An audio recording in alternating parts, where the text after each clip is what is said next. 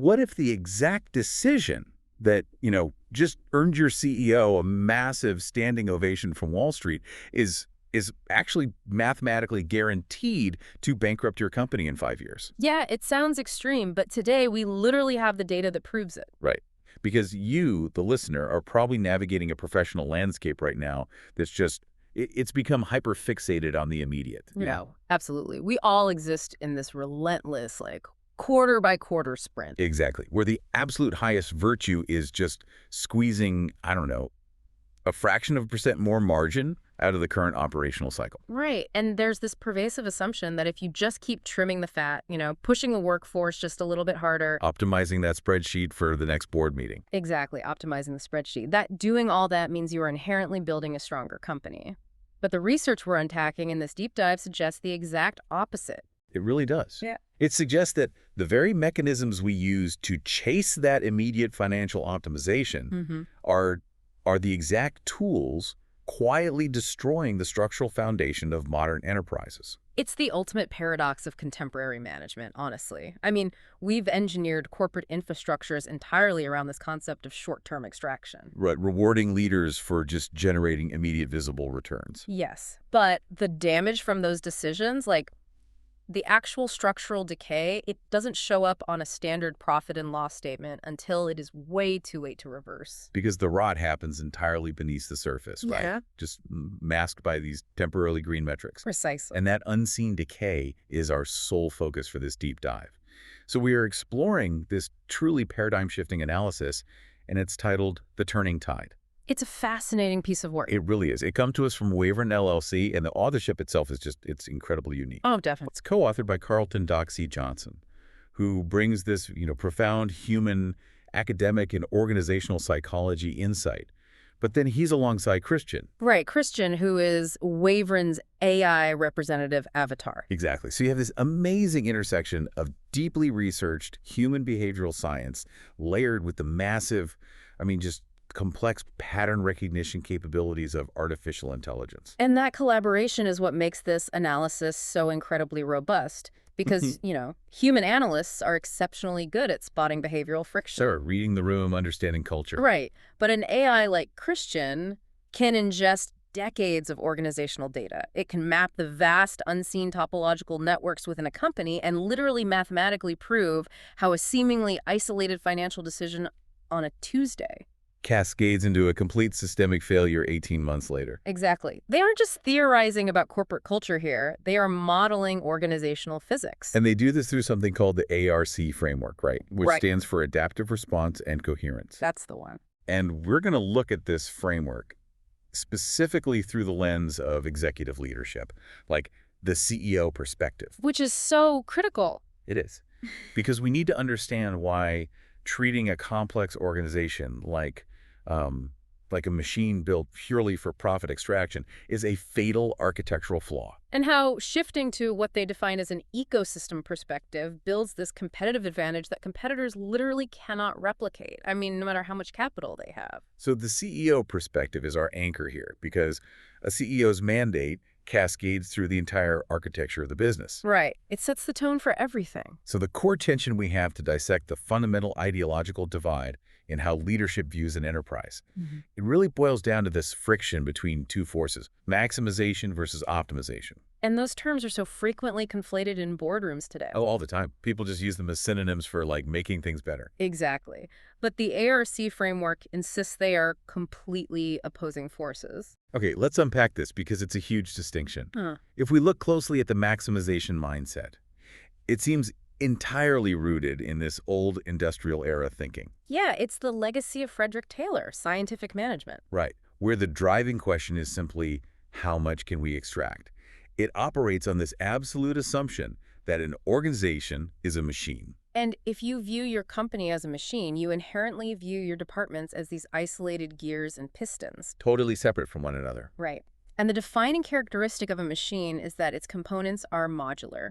They are functionally independent in their wear and tear.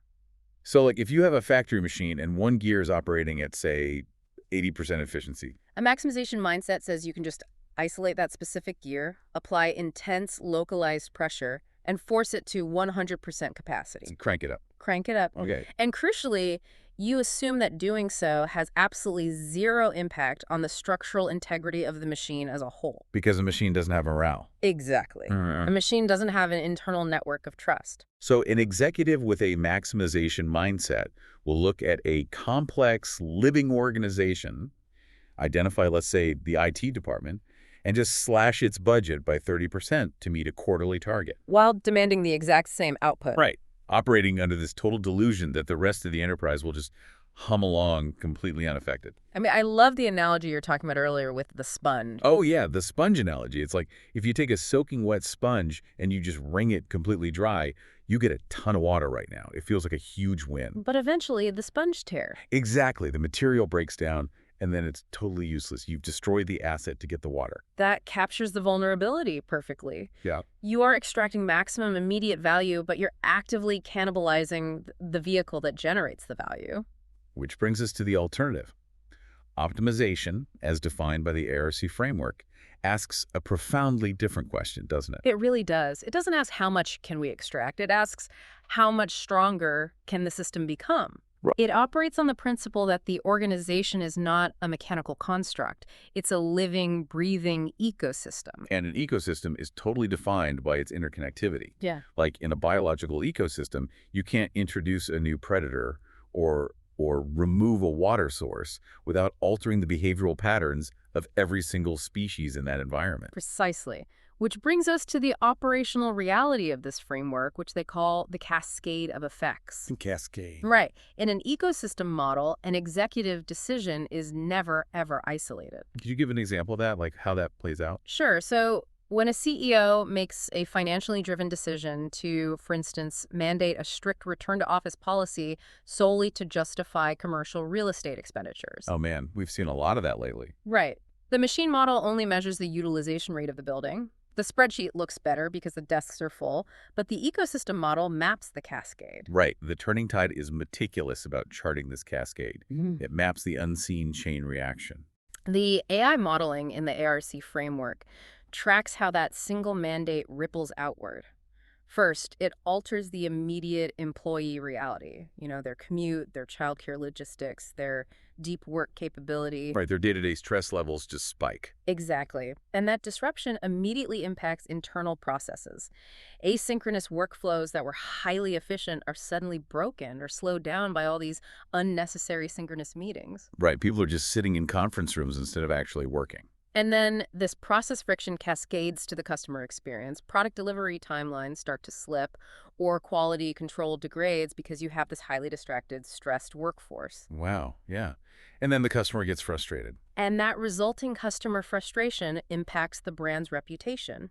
It impacts internal morale, which in turn completely stifles organic innovation. Everyone is just playing defense, right? Exactly. The culture becomes defensive rather than expansive. It calcifies the organization's ability to learn. And then finally, at the very end of this massive, invisible chain reaction, the financial performance takes a hit. yes, the financial performance takes a hit. So by the time the financial metric actually turns red, the structural damage is already done. It's like detonating the subterranean explosive, right? Yeah. You don't see the crater until the ground actually collapses. And that is the lethal blind spot of the maximization mindset. If leadership evaluates the success of a decision solely by its immediate financial outcome, that initial localized impact, they are remaining willfully blind to the systemic health of the entire organization. Because they're just looking at the gear. Exactly. You might save $20 million in operational costs today. But in doing so, you might trigger a cascade that permanently destroys $100 million worth of institutional knowledge, cross-departmental trust, and client loyalty over the next 2 years. So this naturally forces a really crucial question.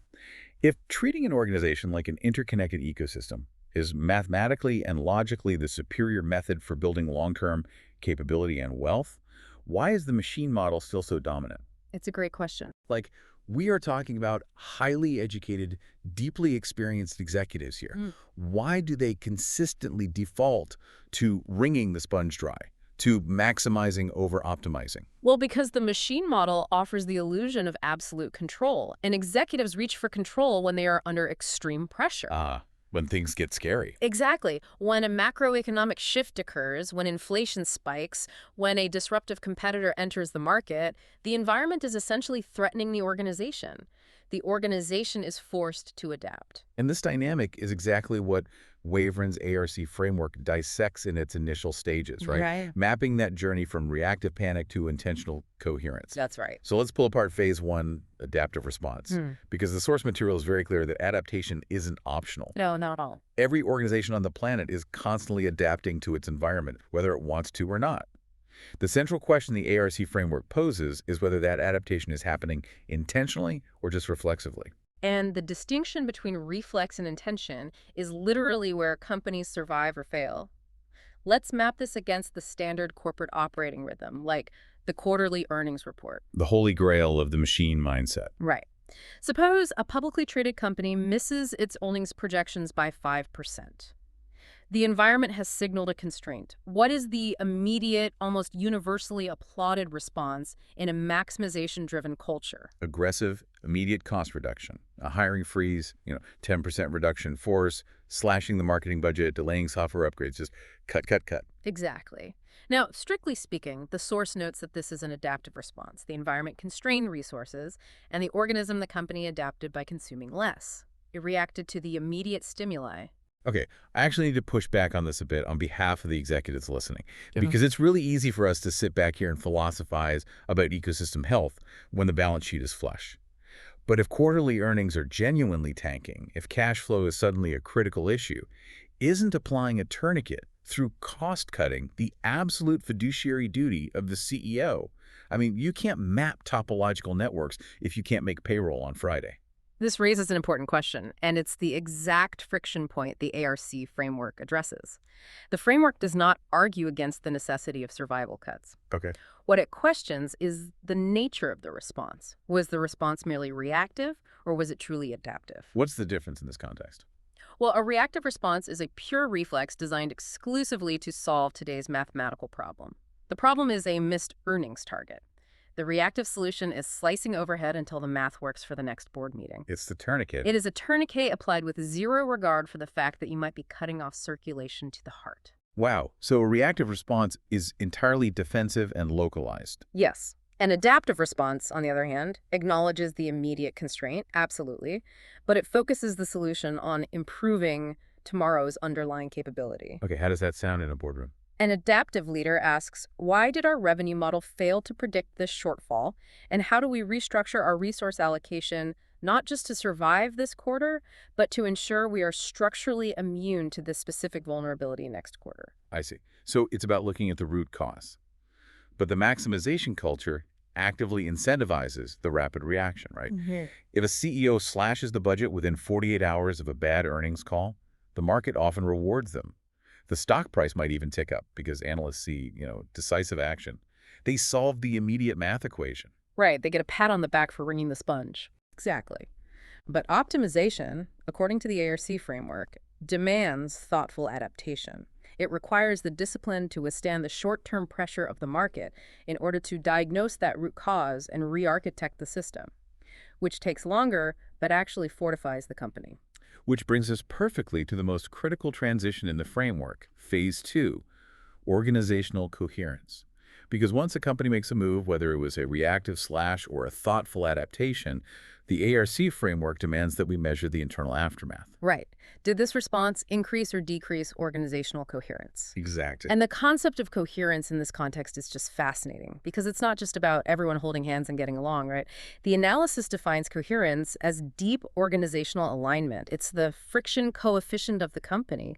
It's measuring whether the strategic intent at the top perfectly matches the operational reality at the bottom. It is the internal gravity that holds the ecosystem together. And this is where the AI modeling by Christian in The Turning Tide provides incredibly damning evidence against maximization. The examples in the source are wild. They outline very specific, ubiquitous examples of executive decisions that are designed to maximize quarterly profit, but that simultaneously obliterate organizational coherence. Let's dissect these examples, because they are so normalized in modern business that we barely even register the damage they cause anymore.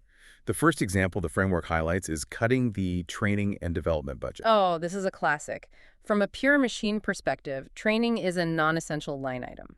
If you cut a $10 million training budget, you immediately add $10 million to the bottom line for that quarter. It looks like a massive win. Assured profit. Right. But what happens to the ecosystem's coherence? You have just mandated a new, complex strategic direction for the year, right? But you have actively removed the mechanism required to upskill your workforce to actually execute that strategy. You've created a massive delta between what you expect and what your system is physically capable of delivering. Exactly. The strategic intent no longer aligns with the operational capability. Coherence just plummets. And the second order effect of that is massive structural frustration. Like, middle management is suddenly tasked with hitting higher targets, but they have teams that lack the updated skill sets to achieve them. The friction coefficient skyrockets. It's exhausting for everyone involved. Okay, another example they provide is eliminating or outsourcing customer support to the lowest bidder. Again, the spreadsheet shows a spectacular reduction in payroll and operational overhead. Margins just spike. Look at all the money we saved. Right. But let's map the cascade. You have a marketing department that's spending millions of dollars to cultivate this premium brand identity. They're promising reliability and white glove service. The premium experience. Exactly. But when the customer actually encounters a problem, they are routed to a massive, undertrained call center where they wait on hold for an hour. The customer's lived experience is now in direct, violent contradiction with the brand's stated promise. The left hand is writing a check. The right hand is actively bouncing. That contradiction is the exact definition of incoherence. And the customer doesn't care about your quarterly margin, do they? They just know the ecosystem is broken, and they leave. Exactly. They take their money elsewhere. The third example is reducing product quality. So like swapping out a high-grade material for a cheaper alternative in the manufacturing process just to save, 3 cents per unit. Right. And it artificially inflates profitability for, what, perhaps 2 quarters? Until the failure rate of the product predictably spikes. And then the cascade hits. Right. Now your warranty claims explode, your social media mentions turn completely toxic, and your sales team is paralyzed because they are forced to defend a product they know is fundamentally compromised. The internal trust network decays. Coherence drops again. And the final, perhaps most insidious example from the source: unilaterally increasing employee workload without adjusting resources. The classic do more with less mandate. Oh, everyone loves that one. It's toxic. You lay off 20% of a department and you just simply redistribute their KPIs to the remaining 80%. And for the first 30 to 60 days, this probably looks like a stroke of genius, right? The productivity per employee metric surges. The financial extraction is maximized. But human beings are not infinite capacity hard drives. No. The biological reality of the ecosystem asserts itself. Burnout cascades through the department. Error rates multiply, which requires costly rework. And critically, your most talented, highly mobile employees, the ones who actually hold the institutional memory, So you just leave. they will simply leave for a healthier ecosystem. You traded long-term structural integrity for a fleeting spike in productivity. Coherence is utterly destroyed. The terrifying irony here, which the authors point out so clearly, is that in every single one of those scenarios, the financial metrics, the things the board is actively monitoring, they will temporarily look fantastic. Right. The CEO looks like a visionary hero. Right up until the moment the systemic rot breaches the surface. When coherence collapses, the organization enters a literal death spiral where it has to divert massive amounts of energy and capital just to solve the entirely preventable problems it created for itself. That is the ultimate penalty of incoherence. The organization becomes completely consumed by self-inflicted friction. HR is suddenly spending its entire budget recruiting just to replace the burnt-out talent that fled. Marketing has to spend double to repair the brand damage caused by the cheap materials. Customer service needs an emergency cash injection to handle the backlog of complaints. Right. The organization is no longer competing in the market. It is actively at war with itself, fighting fires it intentionally lit just to save money on fireproofing. So, mechanically, how do leaders stop this?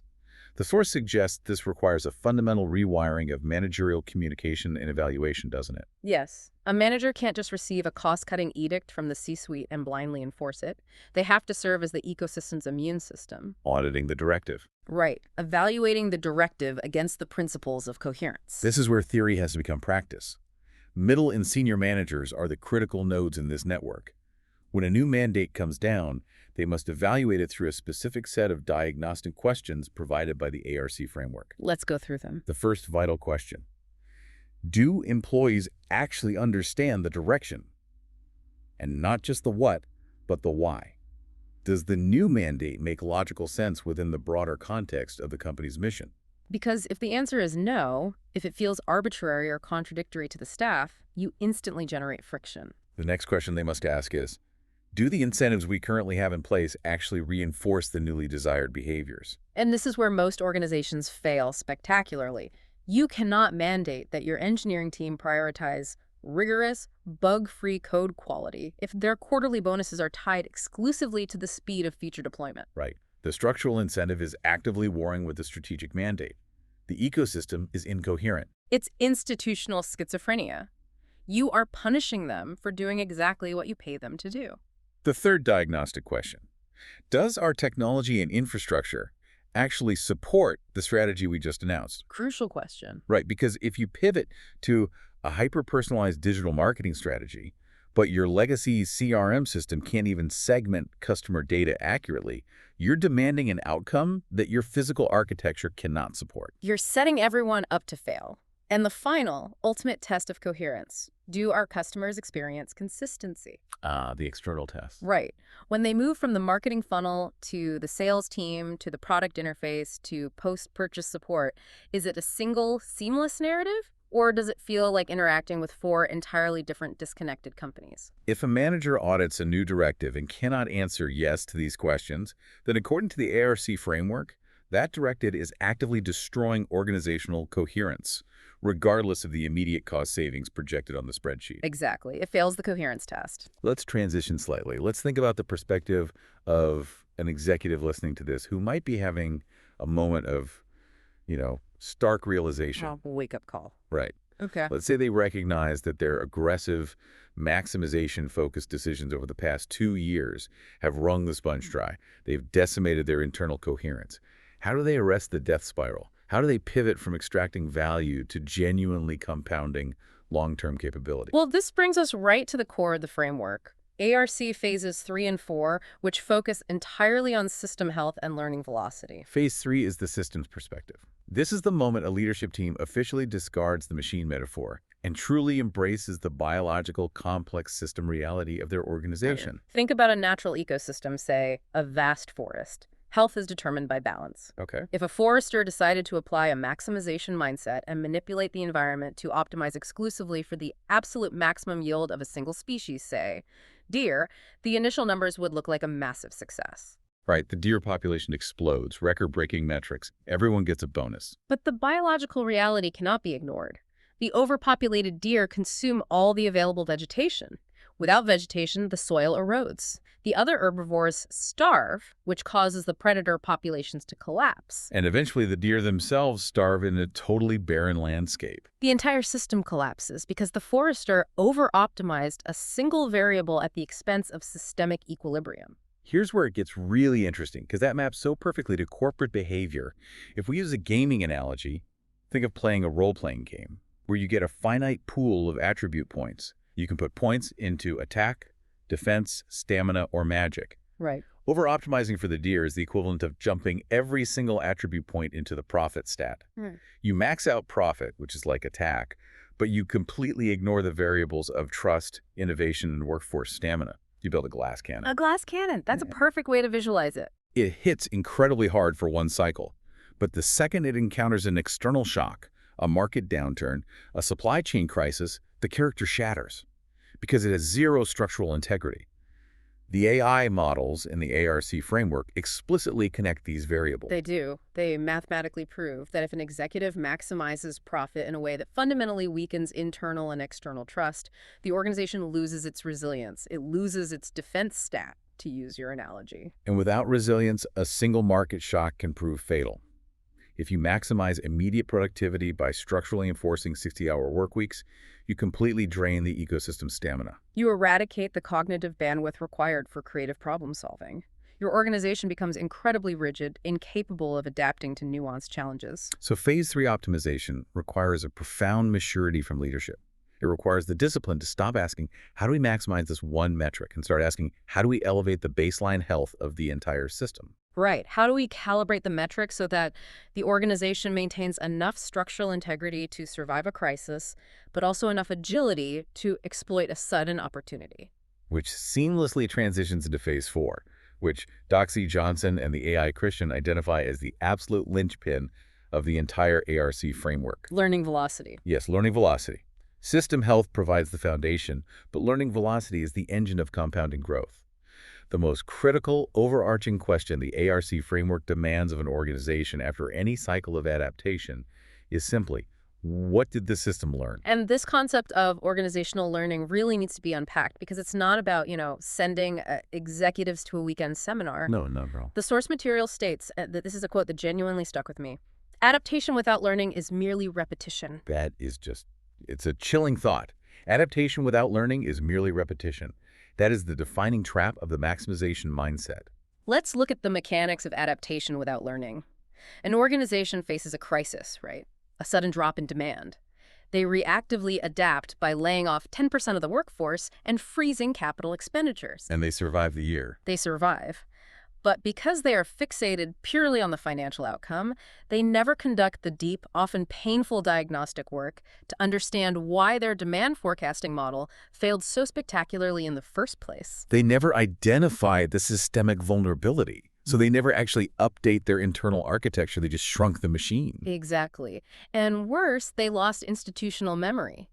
Specifically, the memory of the people they fired who might have actually known how to fix the underlying issue. Oh, wow. So the next time the market dips, they will face the exact same crisis with fewer resources, and they will run the exact same reactive playbook. They are trapped in a loop of repetitive trauma. They are surviving, but they are steadily degrading. They're on a treadmill. They are burning calories. Their heart rate is spiking. They feel like they're doing the hard work of managing a crisis. But strategically, they haven't moved an inch forward. And this is where the divergence between the two models becomes absolute. Reactive organizations playing the maximization game eventually hit a hard ceiling. They plateau and then decline. Because you can only wring the sponge so many times before it tears. Exactly. You eventually run out of things to extract. You burn out the workforce. You exhaust your brand equity, and you alienate your suppliers. But organizations that optimize for learning velocity, they experience something entirely different. They compound. Every single challenge they encounter, whether it's a failure or a massive success, is processed through a deliberate feedback loop. They extract the lesson. They extract the lesson and embed it into their operational architecture. That embedded learning means the next time they face a similar challenge, they don't panic. They recognize the pattern. Their response is faster, more efficient, and consumes less energy. Their adaptability compounds. Yeah. Their coherence deepens. This is the ultimate thesis of Phase 4. While maximization eventually leads to systemic exhaustion, optimization leads to compounding exponential capability. This philosophy is undeniably powerful. I mean, the logic of treating the company as a biological system, respecting the cascade of effects, guarding coherence, prioritizing learning it all, makes perfect intellectual sense. On paper, yes. Right. But we have to get ruthlessly practical for the executives and managers listening. How does a leader actually implement this architecture in the real world?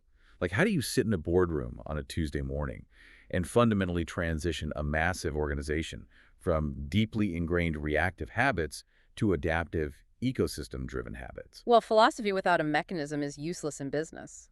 To bridge that gap, the source material provides a highly specific operational tool. It's called the ARC Executive Assessment. Let's dig into this. This isn't theoretical. This is the exact diagnostic checklist WaveRen uses to evaluate the viability of major strategic decisions at the enterprise level. It is a 5-step gauntlet that a decision must survive before capital is allocated. Okay, let's walk through this 5-step architecture, because if you have any authority over strategy or budget, this needs to be your new operating system. Before you greenlight a reorganization, a merger, or a new product line, you have to interrogate the initiative with these 5 questions. Right. What is the first hurdle in the assessment? Question 1. Does this decision actively improve our ability to adapt? Mechanically, like, how does a CEO actually measure that? Are we talking about optionality here? Exactly. Optionality. Does this decision lock us into a rigid, irreversible path, or does it build structural flexibility? So if we're signing a 10-year ironclad vendor lock-in contract just to save 5% on software right now, You might be maximizing current profit, but you are actively destroying your ability to adapt if the technology landscape shifts in 2 years. You are trading future agility for present cash. An ecosystem must remain fluid. Okay, got it. What's next? Question 2. Does the decision strengthen organizational coherence? We spent a lot of time on this one. This is the friction test. A CEO needs to ask, if we roll out this new commission structure, does it perfectly align with our stated core values? Right. Does it incentivize the sales team to build long-term client partnerships, or does it secretly incentivize them to aggressively upsell unnecessary features just to hit a quota? Which would completely destroy customer trust. Exactly. If it creates contradictory incentives, it fails the coherence test. It introduces systemic friction. Okay, question 3. Does the decision increase long-term capability? This is the anti-extraction question. Are we actually pouring concrete into the foundation? Yes. So if we acquire a smaller competitor, are we doing it just to acquire their user base and then shut down their product, which is extraction? Or are we doing it to integrate their superior engineering talent and elevate our own internal technological capability? Are we building the muscle or just harvesting the fat? That's a perfect way to look at it. Moving to question 4. Does the decision deepen stakeholder trust? I really want to note the specific language there. Stakeholder trust, not just shareholder trust. That distinction is everything. Shareholder trust is a trailing indicator. Stakeholder trust, that the trust of your employees, your vendors, your local community, and your customers is a leading indicator. Trust is the ultimate lubricant in a business system. High trust equals high transaction speed and low friction. Absolutely.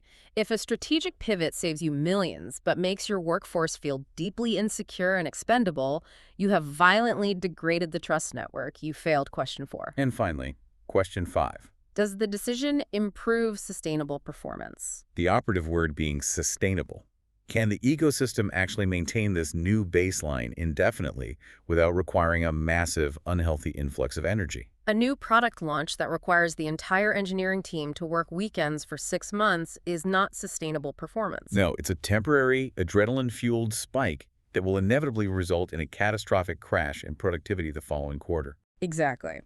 So, to recap the 5 pillars: adaptability, coherence, capability, trust, and sustainable performance. And this is where the ARC executive assessment reveals its teeth.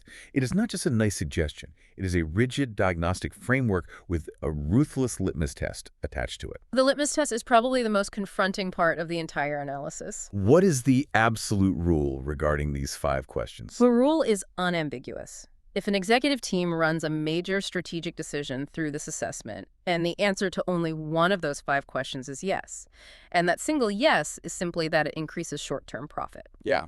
The ARC framework dictates that leadership must halt the initiative immediately. Wow. If the only demonstrable outcome of the decision is that it makes money, you have to stop. That sounds like absolute heresy in a traditional boardroom. It sounds like heresy, but it is mathematical self-preservation. Because if a decision generates capital, but it actively degrades your adaptability, fragments your coherence, stagnates your capability, and erodes your trust network, it is the purest definition of a maximization decision. It's reactive extraction. Yes. It is a reactive extraction of value that is mathematically guaranteed to damage the underlying health of the ecosystem.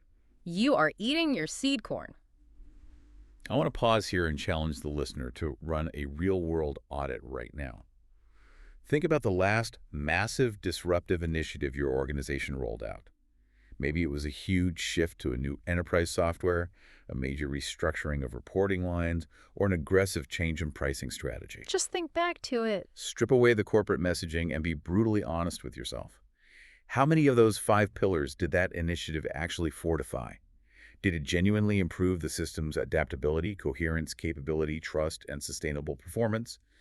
Or did it just check the immediate profit box on a spreadsheet while quietly injecting friction and fragility into the other 4 areas? It's a deeply sobering exercise when you realize how many massive corporate motions fail this basic test of systemic health. It is sobering, but confronting that reality is the necessary threshold to unlocking what the ARC framework identifies as the ultimate payoff.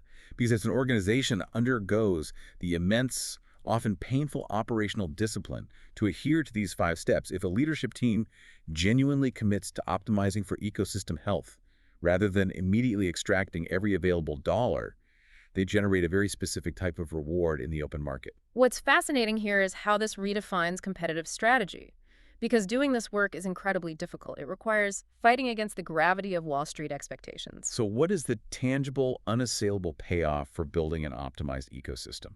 The payoff lies in recognizing a fundamental shift in the modern realities of business. The traditional moats that companies used to rely on for competitive advantage, they are rapidly evaporating. By traditional moats, you mean the mechanical, easily quantifiable advantages. Exactly. Product features are no longer a sustainable moat. If your R&D team spends 2 years developing a revolutionary new feature, a competitor with a lean manufacturing base can reverse engineer it, copy it, and deploy it at a lower price point within 6 months. Right. Pricing itself is no longer a moat. There will always be someone willing to operate at a loss longer than you just to capture market share. And even tech is a commodity now. Completely. Even technological infrastructure has been commoditized. The absolute cutting-edge AI tools and data analytics platforms are available to everyone via subscription. You cannot secure a long-term advantage simply by buying better software than your competitor. The mechanical playing field has been violently leveled. So if the machine components, the product, the price, the software are completely commoditized, what is left? What is the one thing a competitor cannot simply purchase or reverse engineer? The ecosystem itself. A competitor can copy your software interface, but they absolutely cannot copy an organization that has systematically embedded a high-velocity learning loop into its daily operations. They cannot steal the profound, frictionless alignment of an organization with high coherence. They cannot reverse engineer the deep structural trust that a company has painstakingly earned from its employees and its customers over years of consistent behavior. Wow. And they certainly cannot replicate an organization's hard-won ability to adapt to external shocks rapidly without sacrificing its core identity. This is a massive paradigm shift in how we view corporate culture. In a maximization mindset, things like trust, alignment, and learning are treated as, soft, intangible HR concepts. They are nice to have cultural bonuses that get printed on break room posters, but are the first things abandoned when budgets get tight. Right, they're seen as fluff. But through the analytical lens of the ARC framework, supported by the AI modeling of topological networks, these aren't soft concepts at all. They are hard, mathematically predictable indicators of structural health. They are the actual physics of the organization. They're the ultimate competitive advantage, specifically because they are the only assets your competitors cannot acquire with capital. They must be grown. Precisely. They are the compounding dividends of years of intentional optimization. You cannot buy an ecosystem, you must cultivate it. Now, I need to address the lingering skepticism that is inevitably hovering over this conversation. Because when you talk extensively about ecosystem health, trust networks, and long-term capability, the cynics in the financial sector will accuse this framework of being a utopian fantasy. They will ask, does the ARC framework just inherently despise profit? Are we supposed to ignore the bottom line and just sing songs about organizational harmony? That is the most common misinterpretation, and the authors of The Turning Tide address it head-on. The ARC framework does not ignore financial reality. Profit remains absolutely essential to the survival of the entity. Of course. An ecosystem without energy dies. You cannot sustain the business, employ your people, or fund your innovation without robust profitability. But what the framework does is aggressively redefine the role and the interpretation of that profit within the executive mindset. The relationship to the metric changes entirely. Completely. In the legacy maximization model, profit is the sole, absolute objective driving every single operational decision. It is the target you are actively hunting, regardless of what you have to destroy to capture it. But in the optimization Now, in the ecosystem model, profit is interpreted merely as evidence. It is a lagging indicator that the entire biological system is functioning at a high state of health. It is an output, not the fundamental purpose of the organization's existence. I think of it like cultivating an orchard. If you own an orchard, your ultimate goal is to harvest a massive crop of high-quality apples. The apples are the profit. I like this analogy. If you apply a maximization mindset, you basically walk out into the orchard and scream at a dying tree to produce more apples. Or worse, you strip the bark off the tree to sell as mulch to hit a quarterly target, ensuring the tree will be completely dead by next season. But if you apply the optimization mindset, you realize you don't actually control the apples directly. You control the ecosystem. You fiercely optimize the nutrient density of the soil. You ensure the irrigation system is perfectly coherent. You ruthlessly prune the dead branches so the tree's energy is directed efficiently. None. You trust that if you obsessively manage the health of the ecosystem, the apples, the profit, become an inevitable biological byproduct of that health. The ARC framework is basically the operational manual for tending the soil. That analogy perfectly synthesizes the operational reality of the framework. You cannot extract sustainable growth from a decaying system. You must optimize the architecture and trust the output. So as we bring this comprehensive analysis to a close, let's trace the arc of this conversation for the listener.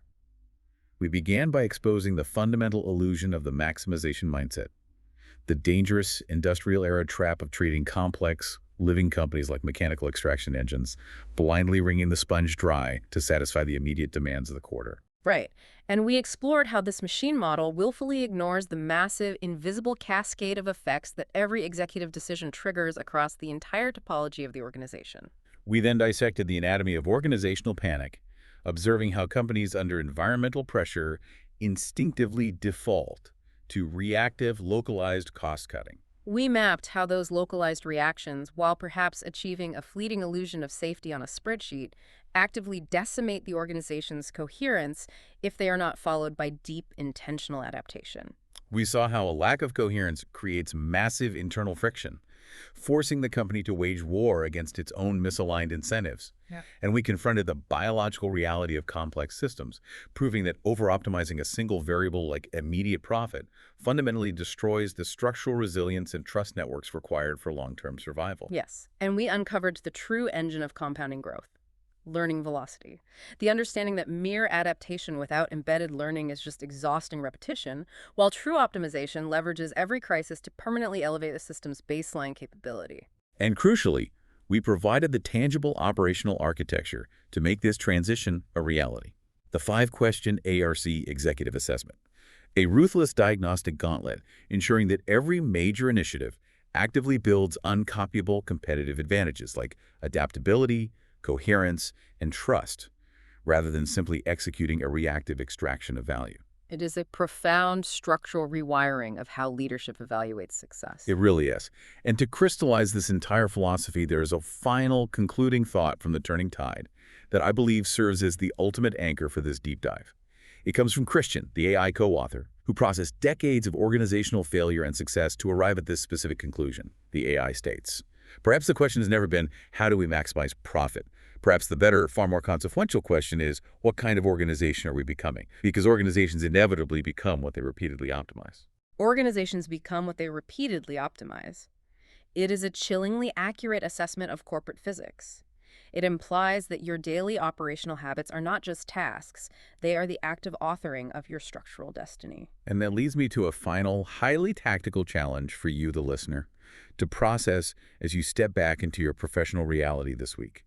I want you to perform a ruthless audit of your own recent history. Open your calendar for the past 2 weeks, or pull up the detailed agenda and meeting minutes from your last executive strategy session. Look at the actual data. Exactly. Strip away the aspirational mission statements and look purely at the raw data of your attention.